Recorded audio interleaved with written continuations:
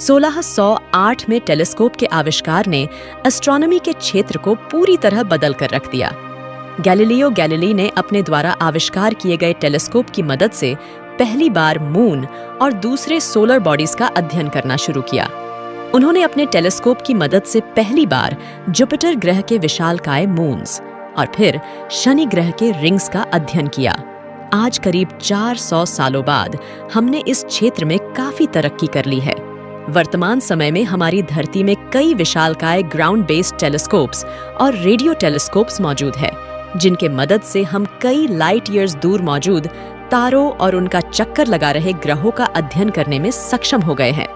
पर ground based telescope को धरती से स्पेस का अध्ययन करने में कई परेशानियों का सामना करना पड़ता है, जिसकी वजह से इनकी रेंज और एक्यूरेसी काफी कम हो जाती है, जिससे पार पाने के लिए हमने स्पेस टेलीस्कोप्स का सहारा लिया, जो कि धरती के ऑर्बिट में मौजूद रहकर स्पेस का अध्ययन करने में सक्षम थे।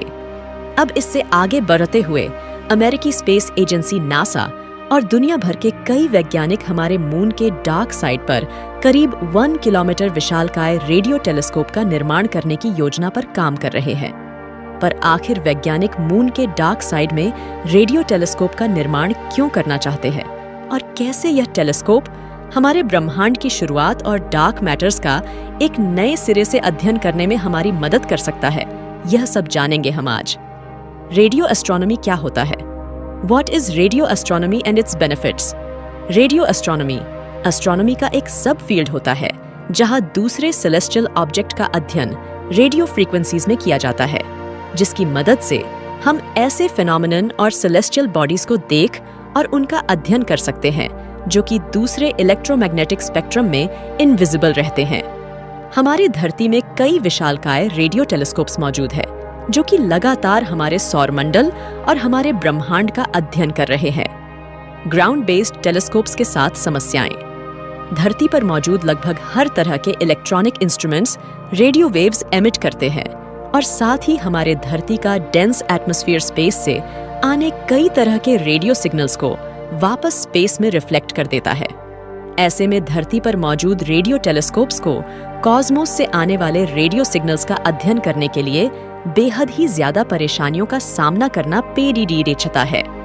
ऐसे में हमारे आकाशगंगा और दूर ब्रह्मांड से आने वाले रेडियो वेव्स का अच्छे से अध्ययन करने के लिए नासा के कुछ वैज्ञानिकों ने मून के डार्क साइड में एक विशालकाय रेडियो टेलीस्कोप बनाने का सुझाव दिया है।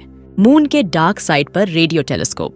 दरअसल दोस्तों, हमारे मून पर किसी प्रकार का एटमॉस्फेयर मौजूद नहीं है और साथ ही यह हमारे धरती से एक तरह से टाइडली लॉक्ड है, जिसकी वजह से इसका एक साइड हमेशा हमारी धरती की ओर तो दूसरा साइड हमेशा हमारी धरती के विपरीत दिशा में रहता है। ऐसे में मून का डार्क साइड पृथ्वी से आने वाले रेडियो इंटरफेरेंसेस से दूर रहता है, जिसके कारण इस जगह से हमारे आकाशगंगा और हमारे ब्रह्मांड से आने वाले रेडियो वेव्स का सटीक अध्ययन किया जा सकता है। मून पर रेडियो टेलीस्कोप बनाने को लेकर रिसर्च ऐसे में नासा के कई वैज्ञानिकों ने मून के डार्क साइड में मौजूद क्रेटर पर विशालकाय रेडियो टेलीस्कोप स्थापित करने का सुझाव दिया है। इस पर रुचि दिखाते हुए हाल ही में NASA's institute for advanced concepts यानी NIAC को इस तरह के किसी विशालकाय रेडियो टेलीस्कोप को मून पर स्थापित करने के प्रोजेक्ट के फीजिबिलिटी का अध्ययन करने के लिए फंडिंग मिली है। इस फीजिबिलिटी स्टडी के दौरान वैज्ञानिक यह जानने की कोशिश करेंगे कि इस तरह के किसी विशालकाय टेलीस्कोप को मून पर इंस्टॉल करने में कितना खर्च आ सकता है, इसे मून पर इंस्टॉल करना संभव है या नहीं, यह इंस्टॉल करने के बाद कितने सालों तक काम कर सकता है और इसके मेंटेनेंस में कितना खर्च आ सकता है आदि। आइए अब जानते हैं रेडियो टेलीस्कोप बनाने के फायदे। मून पर प्रस्तावित इस रेडियो टेलीस्कोप को लूनर क्रेटर रेडियो टेलीस्कोप नाम दिया गया है, जिसका मुख्य मकसद कॉस्मिक डार्क एजेस के बाद निकले लॉन्ग वेवलेंथ रेडियो वेव्स का अध्ययन करना होगा। बिग बैंग के तुरंत बाद हमारा यूनिवर्स कई डेंस गैसों से भरा हुआ था, जिसमें हाइड्रोजन गैस प्रमुख था।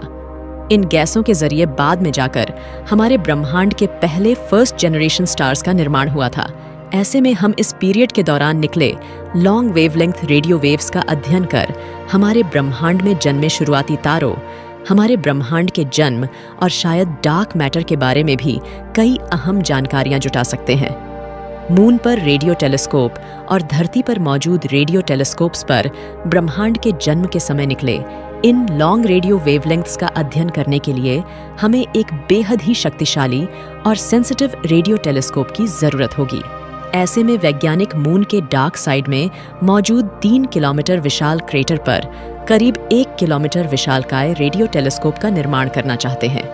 कंपैरिजन के लिए हमारे धरती पर मौजूद सबसे विशालकाय radio telescope 500 metre aperture spherical telescope है, जो कि करीब 500 मीटर विशाल है। वहीं अरेसिबो ऑब्जर्वेटरी धरती पर मौजूद दूसरा सबसे विशाल रेडियो टेलीस्कोप था, जो कि करीब 305 मीटर विशाल था। दोस्तों, इसी तरह की इंटरेस्टिंग वीडियोस देखने के लिए हमारे YouTube चैनल ग्लोबल थिंक को सब्सक्राइब जरूर करें और हाँ, बेल बटन को दबाना ना भूलें ताकि आपको आने वाली वीडियो की जानकारी मिल सके। वीडियो देखने के लिए थैंक यू सो मच।